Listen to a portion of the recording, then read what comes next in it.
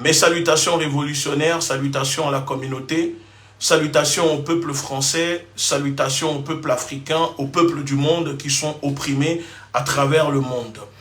Au nom de la confrérie des frères panafricains et la LDNA, nous lançons un appel de solidarité pour que les peuples du monde puissent soutenir la lutte libératrice, émancipatrice que mène le peuple africain, le peuple noir pour se libérer. Ce n'est pas une lutte des races, ce n'est pas une lutte contre une couleur de peau, non, mais c'est une lutte contre une politique d'exploitation, une politique impérialiste, parce que si la nation africaine se libère, l'Europe sera libérée, la France sera libérée également, parce que les Français sont pris en otage par le même gouvernement qui exploite le continent africain et qui vous cache les atrocités que mènent vos gouvernements sur le continent. Donc pour les personnes qui sont encore, ceux qui sont indécis, qui ne soutiennent pas encore, on vous invite à le faire.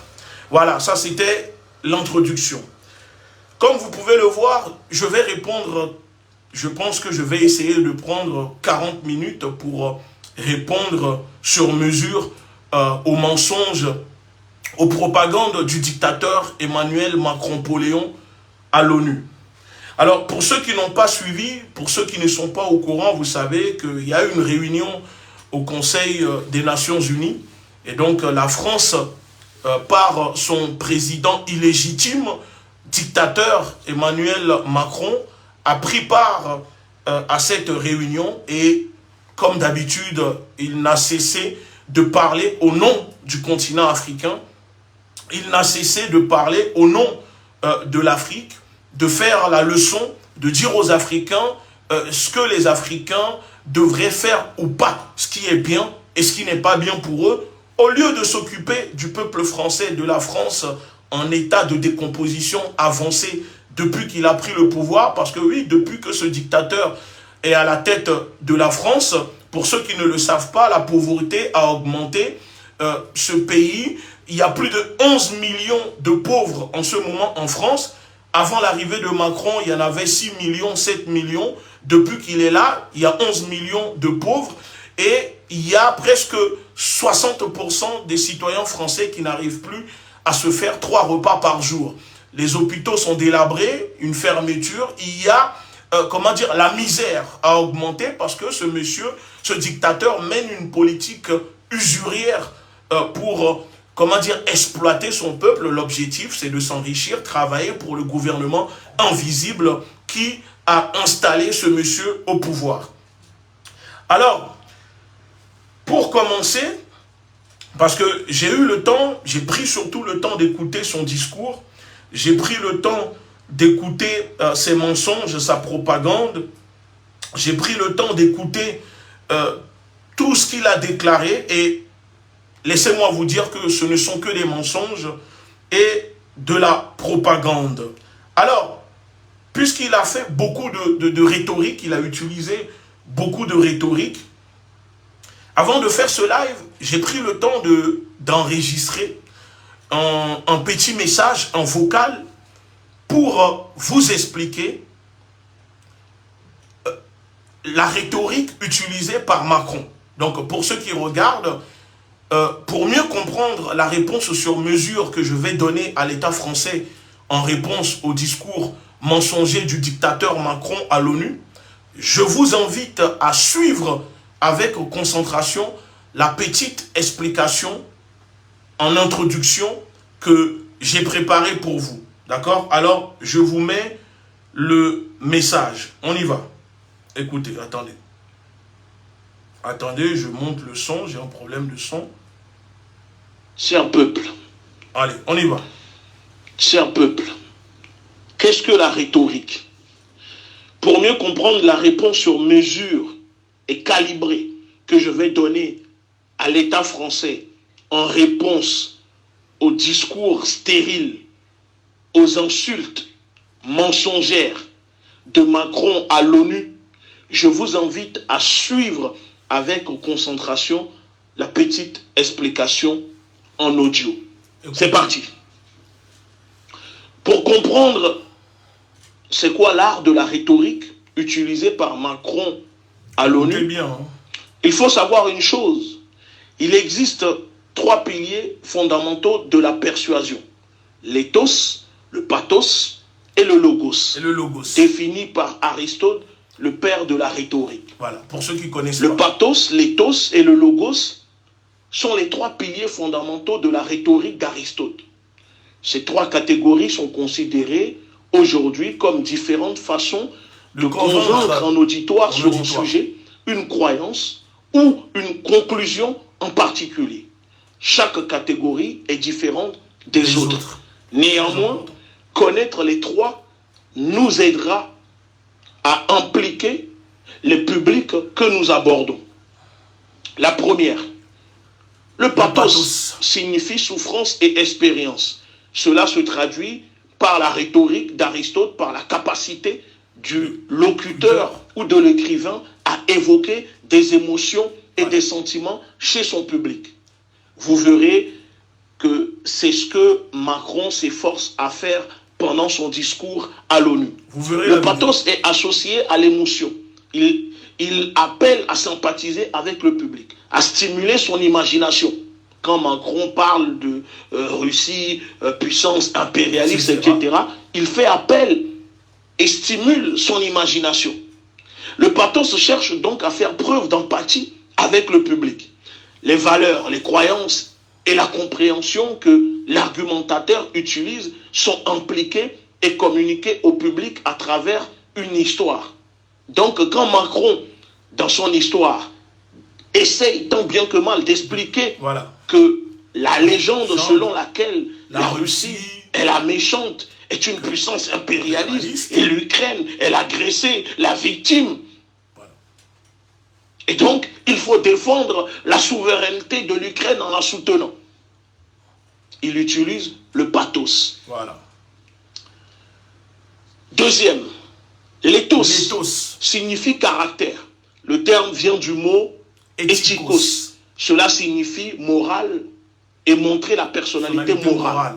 Pour les personnes orateurs, pour les orateurs, excusez-moi, et les écrivains, ce sont la crédibilité et la similitude avec le public qui constitue l'éthos. L'orateur doit être digne de confiance et respecté en tant qu'expert du thème. Il ne suffit pas de faire un raisonnement logique pour que les arguments soient efficaces. Le contenu doit être présenté de manière fiable pour devenir crédible. Vous comprenez? Donc, on fait appel aux médias, aux journalistes pour appuyer la propagande. Troisième, logos signifie mot, discours ou raison. En matière de persuasion, le logos est le raisonnement logique derrière les déclarations du locuteur. Le logos se réfère à toute tentative d'appel à l'intellect et à des arguments logiques, de sorte que le raisonnement logique possède 2 formes. Écoutez bien. Déductive et inductive. C'est ce que Macron le raisonnement inductif soutient que si A est vrai et B est vrai, l'intersection de A et B doit être vraie également. Par exemple, l'argument logos de les femmes aiment les oranges serait les femmes aiment les fruits et les oranges sont des fruits.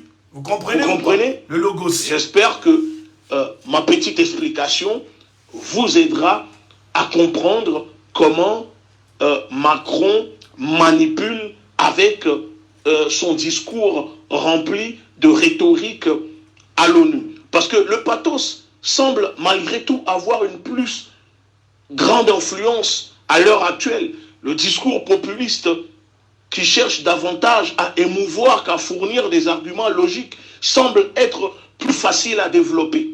Vous comprenez? Donc mentir, faire du populisme comme le fait Macron pour basculer les forces envers l'Ukraine et pointer du doigt la Russie est plus facile que de montrer des réelles preuves. Voilà.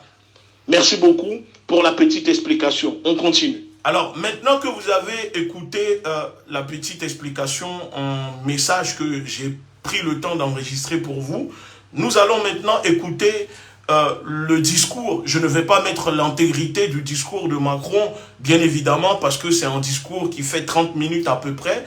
Mais j'ai pris le temps de vous faire écouter pour vous expliquer c'est quoi la rhétorique et les 3 piliers fondamentaux de la rhétorique. Parce que si vous ne maîtrisez pas ou vous ne comprenez pas ce que c'est que la rhétorique, vous n'allez pas comprendre les manipulations, tout ce qui se passe, tout ce qui se joue en ce moment. Ce que fait les gouvernements occidentaux avec l'Ukraine, le conflit qu'il y a, les manipulations contre les autorités maliennes, etc.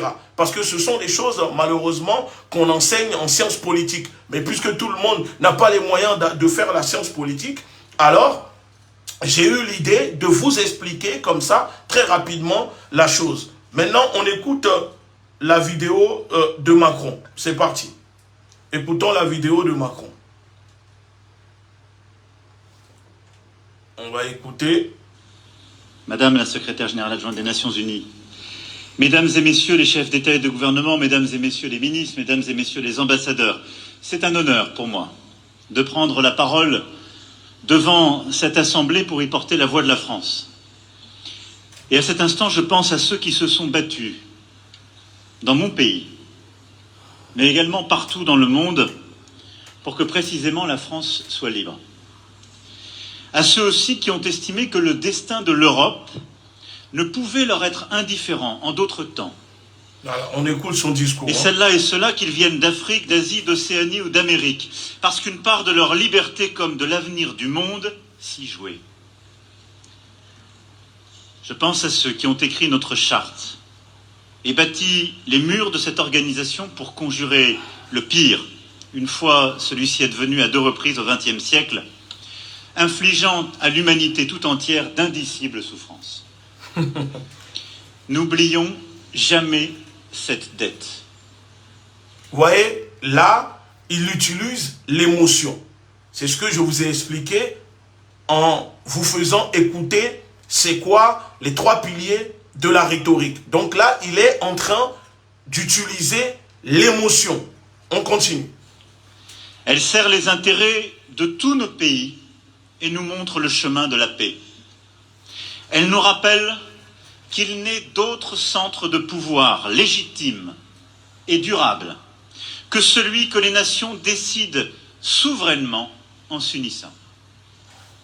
Elle nous dit que l'universalité de notre organisation n'est au service d'aucune hégémonie, d'aucune oligarchie géopolitique. Or, cet héritage, notre organisation, tout comme d'ailleurs nos choix en tant que nation, sont aujourd'hui confrontés à une alternative. Nous avons aujourd'hui à faire un choix simple au fond, celui de la guerre ou de la paix. Le 24 février dernier, la Russie, membre permanent du Conseil de sécurité, a rompu par un acte d'agression. Vous voyez, dans son discours, directement, il fait quoi? C'est ce que je suis en train de vous expliquer. Là, il bascule tout de suite sur le logos. Parce que là, il fait passer directement la Russie pour l'agresseur et automatiquement l'Ukraine comme la victime. Ce qui veut dire que cette rhétorique est très simple. Soit vous êtes avec l'Ukraine ou vous êtes contre l'Ukraine. Donc là, il utilise le pathos. On y va. On continue. D'invasion et d'annexion notre sécurité collective. Elle a délibérément violé la Charte des Nations Unies et le principe d'égalité souveraine des États. Dès le 16 mars, la Cour internationale de justice a déclaré l'agression russe illégale et a exigé le retrait de la Russie. La Russie a décidé, ce faisant, d'ouvrir la voie à d'autres guerres d'annexion. Et donc, avant de m'arrêter là et maintenant répondre directement à ce monsieur. Si vous écoutez, je vous ai expliqué qu'il utilise le pathos, la rhétorique, pour immédiatement placer l'Ukraine comme victime et la Russie comme agresseur.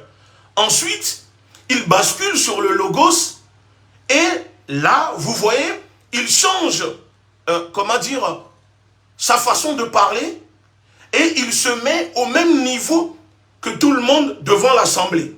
Mais surtout, il sait que la vidéo sera rediffusée. Donc ceux qui vont écouter diront, mais que ce monsieur est très humble, un président de la République française, une puissance nucléaire qui se met au même niveau que tout le monde. En fait, c'est une façon, c'est une rhétorique, c'est de la manipulation pour bien faire passer son message. Alors, je reprends mon micro et maintenant, je vais répondre directement. Et après, je vous fais écouter ensuite, petit à petit, les discours de ce monsieur. Alors, vous savez, ma réponse n'est pas pour blesser qui que ce soit. Parce que je sais qu'il y a des Français, je sais que beaucoup de gens soutiennent. Et je tiens à leur dire que ce n'est pas contre eux que nous sommes en train de faire cette lutte. Non. Alors, ce que vous devez savoir, l'empire des vaisseaux négriers ne va pas conjurer les atrocités qu'il inflige à ses comptoirs coloniaux par l'amnésie, par le mépris racialiste, par la démagogie, par la négrophobie, par le pillage sauvage, barbare des ressources que pratiquent les gouvernements successifs, les gouvernements français. Parce que ici, quand Macron commence à faire ce discours, c'est une façon de faire passer la Russie pour la puissance impérialiste et la République française, pour ne pas dire la République, le pays qui est ami et qui défend, qui lutte contre l'impérialisme. Donc ici, moi je suis obligé de démonter et de répondre à Macron pour dire que quand la France accuse la Russie d'être impérialiste, elle piétine tout simplement des siècles de persécution qu'elle a fait subir aux Africains, dans les plantations, dans les Caraïbes et sur le continent africain. Parce que la France, contrairement à la Russie, aujourd'hui, la France a des bases militaires dans certaines républiques bananières, de son précaré. Mais il n'y a aucune base militaire africaine sur le territoire français.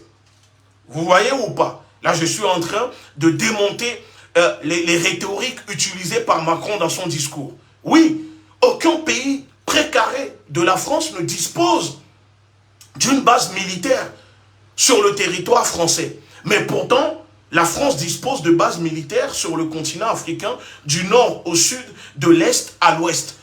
Djibouti, Mali, Sénégal, Togo, Gabon, Tchad, etc. Aujourd'hui, le continent africain est balkanisé avec les bases militaires françaises. Et donc, je dis à Macron qu'il doit savoir, ce dictateur doit comprendre que les baignades nègres sont terminées. Oui, les baignades nègres au jardin d'acclimatation à Paris, l'exposition où les Africains, les nègres étaient exposés, c'est terminé. Donc, les accords coloniaux vont être déchirés. Que Macron soit d'accord ou pas, il y a une nouvelle génération aujourd'hui déterminée d'Africains armés idéologiquement qui sont en train de se battre. Et nous allons écrire une nouvelle histoire. Et le monde est en train de changer. Donc, l'Afrique doit prendre part au changement qui se déroule en ce moment. Et la France, quand je dis la France, le gouvernement français ne peut pas empêcher cela. Le gouvernement français ne peut pas dire aux Africains de ne pas prendre part au changement actuel qui se déroule dans le monde. Parce que la France est responsable de sa propre décrépitude. Ah donc, qu'elle arrête d'accuser la Russie de ses échecs sur le continent africain. Le réveil de l'Afrique ne doit pas donner des sueurs froides à Macron. Parce que après la coupure énergétique des ressources de la Russie, nous prévenons le gouvernement français que bientôt c'est l'Afrique qui fermera les vannes des ressources naturelles dont la France a besoin pour survivre. Donc, au lieu qu'elle passe son temps à se lamenter dans une posture victimaire sur les tribunes internationales, elle doit commencer sérieusement à réfléchir sur comment vivre sans les richesses africaines, réfléchir sur des solutions appropriées pour son peuple, mais surtout sur son départ immédiat de l'Afrique, parce que la France veut ou pas quitter le continent africain, elle partira du continent africain du gré ou de force. Donc, nous invitons la France, le gouvernement français à réfléchir également sur des mesures de réparation adéquates du passif qu'elle doit à l'Afrique, mais surtout aux afro-descendants dans les dom-toms, aujourd'hui, qui est la Guadeloupe, la Martinique, la Réunion, la Guyane, Mayotte, etc. Parce qu'on ne peut pas penser que ce sont les esclavagistes qui ont été dédommagés, qui ont reçu des réparations, et que le président de cette nation, qui est la France, dirigé par ce dictateur, va se pointer devant les Nations Unies pour accuser la Russie d'être un pays impérialiste et donc la France un pays qui lutte contre l'impérialisme de la Russie. Parce que vous savez, soyons quand même sérieux. Il faut être sérieux des fois. Parce que je dis que peut-être nous autres, on n'est pas des universitaires, on n'a pas fait l'université. Mais on a eu la chance quand même aujourd'hui d'apprendre, de connaître. Et qu'on a ce pouvoir, cette capacité cognitive de décrypter les manipulations, les rhétoriques utilisées par ces présidents pour endormir les populations africaines et les peuples du monde. Vous savez, la métropole de Marianne doit dégager définitivement de l'Afrique pour que les discours stériles de ces xénophobes décérébrés mondialistes deviennent crédibles. Moi, je ne peux pas comprendre que Macron est à la tête d'un gouvernement qui occupe des pays, qui occupe tout un continent, qui appuie des gardiens de camps de concentration, qui donne des ordres pour massacrer des populations sur le continent africain, qui pire, peut venir se pointer aux Nations Unies et tenir des discours stériles pour pointer du doigt les autres, accuser la Russie d'être responsable de la dégradation des liens entre le continent africain, les peuples d'Afrique et le gouvernement français. Non. Donc si vraiment il veut être crédible, alors nous l'invitons à quitter définitivement l'Afrique pour rendre son discours, recevable. Mais pour le moment, je suis désolé, pour moi, ce sont des discours, des rhétoriques de personnes xénophobes, décérébrées, négrophobes. Et que c'est un non-événement. Alors, nous allons continuer. Je vais vous faire écouter la suite de son discours. Aujourd'hui en Europe, mais peut-être demain en Asie, en Afrique ou en Amérique latine. On peut dire tout ce qu'on veut aujourd'hui. J'entends nombre de débats, j'ai entendu nombre de prises de parole. Il est une chose sûre et certaine. Au moment où je vous parle, il y a des troupes russes en Ukraine. Et à ma connaissance, il n'y a pas de troupes ukrainiennes en Russie. C'est un État... Ah, il dit qu'il y a des troupes russes en Ukraine, mais il n'y a pas de troupes ukrainiennes en Russie.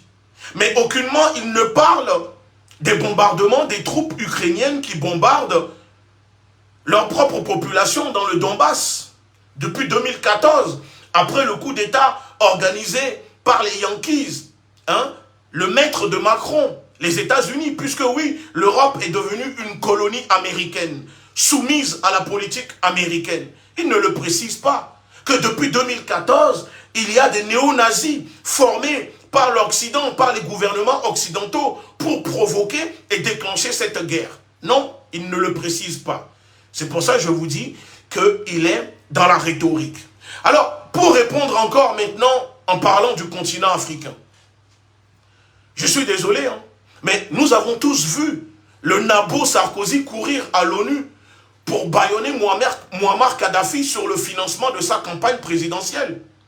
Nous avons vu Sarkozy mentir avec l'aide des médias mensonges pour manipuler l'opinion de la société civile française sur les valises d'argent qu'il recevait de Kadhafi. Nous avons vu le sanguinaire Charles de Gaulle se servir de l'ONU pour accorder des pseudo-indépendances fictives aux nations africaines colonisées par la France. Et je suis désolé, je sais que beaucoup de Français tiennent beaucoup à Charles de Gaulle. Et ce n'est pas pour vous offenser, mais je suis désolé pour les Français qui seront choqués par mes propos concernant Charles de Gaulle. Ce sont des faits. Il est temps d'affronter aussi votre passé. Cette réalité est de déconstruire les stéréotypes, les propagandes que vous servent vos politiques et les médias pour masquer la vérité sur les atrocités, les barbaries que vos gouvernements font sur les peuples d'Afrique depuis des siècles, depuis des générations. Parce que, je suis désolé pour vous, mais parmi ceux qui sont éclairés, nous vous invitons même à le dénoncer. Vous devez dénoncer cela. Que vous aimez Charles de Gaulle est une chose, mais que vous acceptez et que vous fermez les yeux sur les crimes imprescriptibles contre l'humanité, les crimes barbares de Charles de Gaulle, non, je ne suis pas d'accord. Vous comprenez? Donc pour vous, Charles de Gaulle peut-être est un héros. Mais vous devez comprendre que pour les Africains, ce n'est pas un héros, que c'est un criminel, un sanguinaire qui a génocidé au Cameroun, au Tchad, un peu partout dans son précaré en donnant des fausses indépendances à ces précarés, à ces colonies pour pouvoir contrôler. Donc, à chaque fois que les chefs d'État français se rendent à l'ONU, une guerre est toujours imminente. Vous pouvez le vérifier, vous verrez par vous-même. Alors, est-ce que les Français veulent réellement une guerre? Est-ce que les Français sont prêts aujourd'hui pour une guerre? Vous êtes prêts pour faire une guerre? Parce que la Russie n'est pas le Mali. La Russie, ce n'est pas la Centrafrique. Donc, nous savons tous que les ressources de l'Afrique est convoitée. Donc, la cible principale aujourd'hui de la France, de Macron à l'ONU, je suis désolé, selon moi, ce n'est pas la Russie. La cible principale que la France et ses alliés visent à l'ONU, c'est le Mali.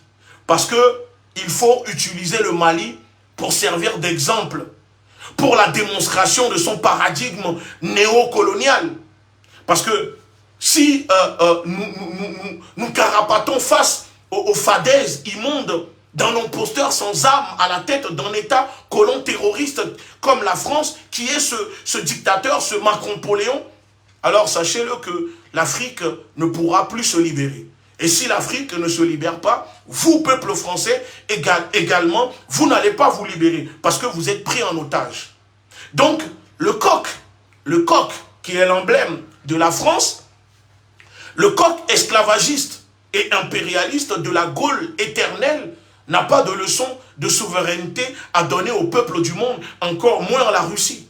Car jusqu'à ce jour, l'État français possède encore des camps de concentration dirigés par ses gardiens qui n'accordent pas que ce soit, qui ne veulent pas accorder des goûters au bienfait d'une véritable indépendance à leur pays, ni d'une véritable totale liberté. Parce que c'est bien beau de parler de démocratie, des droits de l'homme au peuple africain. Mais comment parlez-vous de démocratie et de droits de l'homme à des peuples qui ne sont pas libres, qui n'ont pas la liberté, qui n'ont pas la liberté, qui ne peuvent pas décider par eux-mêmes, qui ne peuvent pas contrôler leur économie, leurs finances, leur culture, leur éducation, qui ne peuvent pas, comment dire qu'aujourd'hui, avec telle personne, on veut travailler, ça, on ne veut pas. Comment pouvez-vous parler de démocratie et de droits de l'homme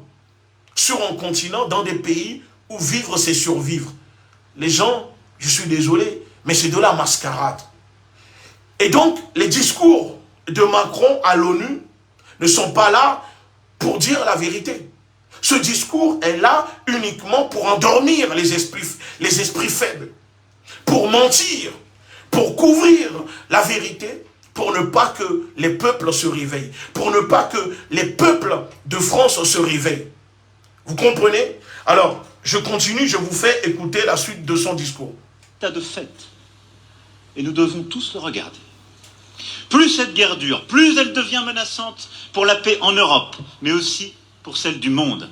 Elle nous conduit vers une conflictualité élargie, permanente, où la souveraineté et la sécurité de chacun ne dépendent plus que de rapports de force, de taille des armées, de la solidité des alliances ou des intentions des groupes armés et des milices.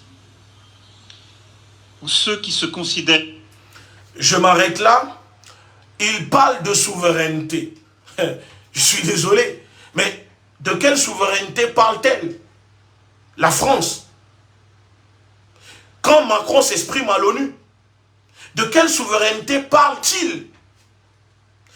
À ce que je sache, les peuples africains ont-ils aussi le droit de profiter des joies de la souveraineté de leur pays? La France ne continue-t-elle pas son entreprise coloniale par la captation, l'exploitation systématique de toutes les ressources dans ces colonies, dans ces camps de concentration? Alors de quelle souveraineté parle-t-il ce dictateur à l'ONU? Aucun pays des précarés de la France n'est indépendant. Alors, il est temps de cesser cette propagande belliqueuse, ces mensonges qui n'honorent pas du tout la France, qui est ce pays, qui n'honore pas le peuple français. Parce que, pourquoi Macron peut se permettre de parler de souveraineté à l'ONU?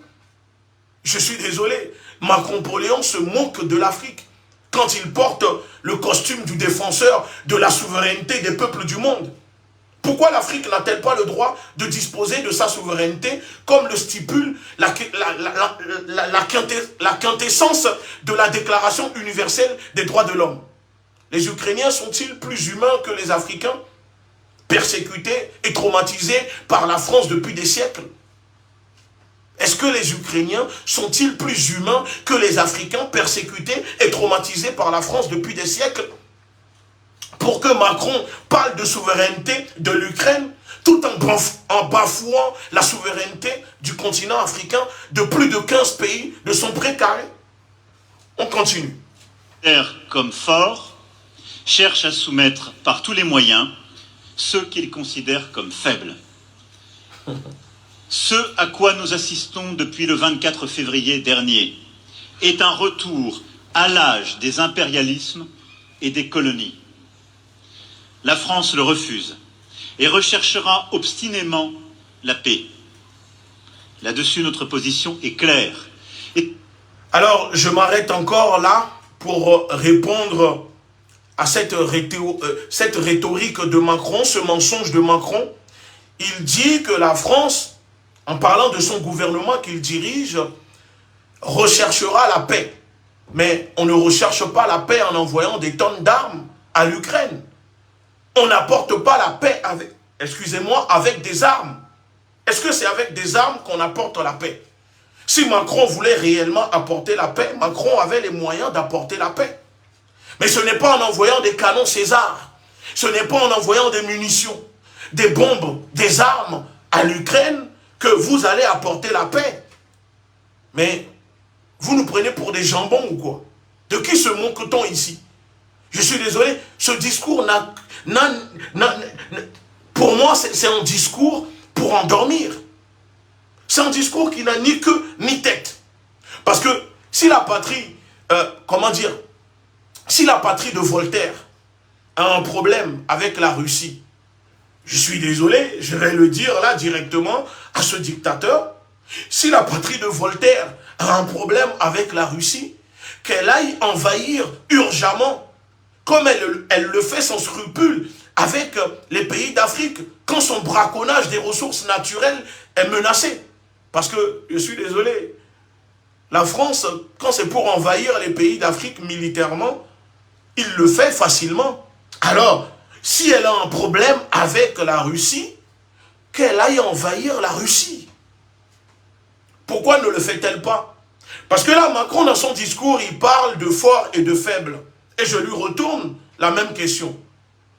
Pourquoi Macron n'envahit pas la Russie? Pourquoi Macron n'envoie pas ses militaires en Ukraine? Est-ce que la France est forte face aux faibles et fort, comment dire, excusez-moi, est-ce que la France est forte face aux faibles et faible face aux forts? Oui, je lui pose la question.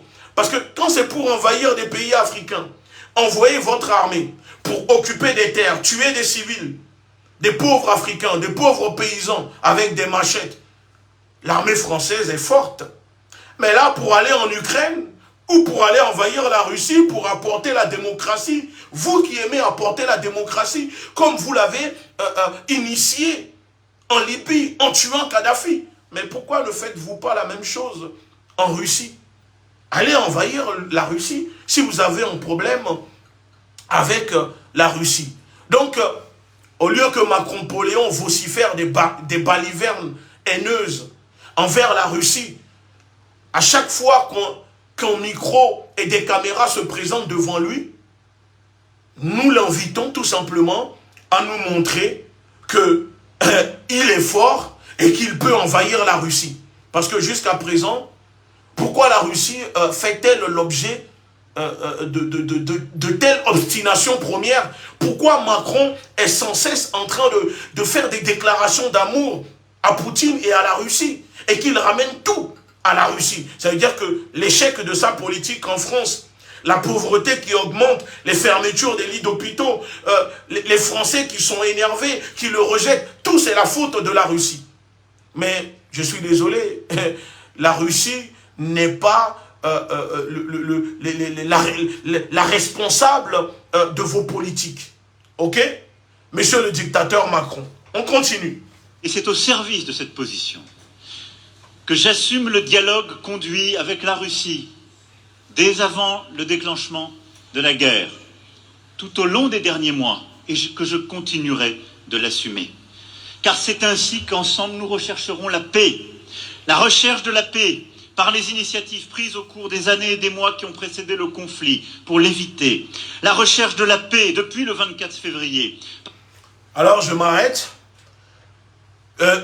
Il recherche la paix quand c'est un conflit qui se trouve aux portes de sa maison.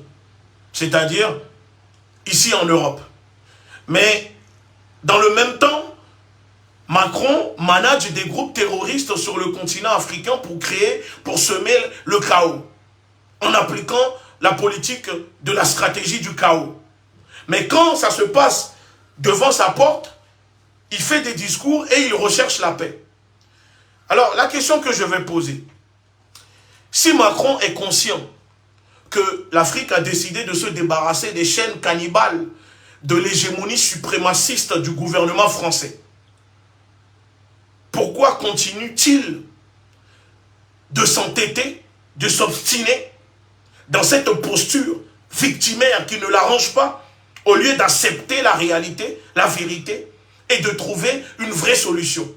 Parce que vous savez, bientôt l'Afrique ne sera plus la mamelle nourricière des fantasmes impérialistes d'une France dirigée par des détraqués perfusés à la nostalgie criminelle d'un empire qui n'accepte pas l'évidence de sa mort. Ça, Macron doit le comprendre. Macron doit le comprendre. Que maintenant, il y a une génération, une nouvelle génération sur le continent africain, consciente, qui sont en train de défaire le lien défectueux entre la France et l'Afrique. Alors, on continue. Par le soutien humanitaire, économique et militaire que nous apportons au peuple ukrainien pour exercer son droit de légitime défense. Il le précise, et préserver soutien humanitaire et militaire. La recherche mais de la il paix, dit vouloir la paix. Par notre condamnation de l'invasion d'un État souverain, de la violation des principes de notre sécurité collective, des crimes de guerre commis par la Russie sur le sol ukrainien et par... Mais parlant de crimes de guerre, combien de crimes de guerre l'armée française fait-elle sur le continent africain? Au Mali, avec l'occupation militaire de la France au Mali, c'est plus de 10 000 civils maliens tués, décapités par les bombes de l'armée française. Récemment, à Bounti, la France a décapité avec ses bombes des vieillards, des personnes âgées, des enfants.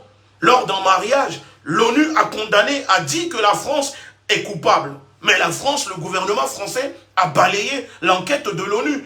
Où se trouve Macron en ce moment pour plaider pour l'Ukraine en disant que non, l'armée française n'a tué personne. Quand l'armée française fait la guerre, sa fausse guerre contre le terrorisme qui en réalité sert à l'État français de venir occuper l'Afrique, de balkaniser l'Afrique, l'armée française ne tue jamais personne.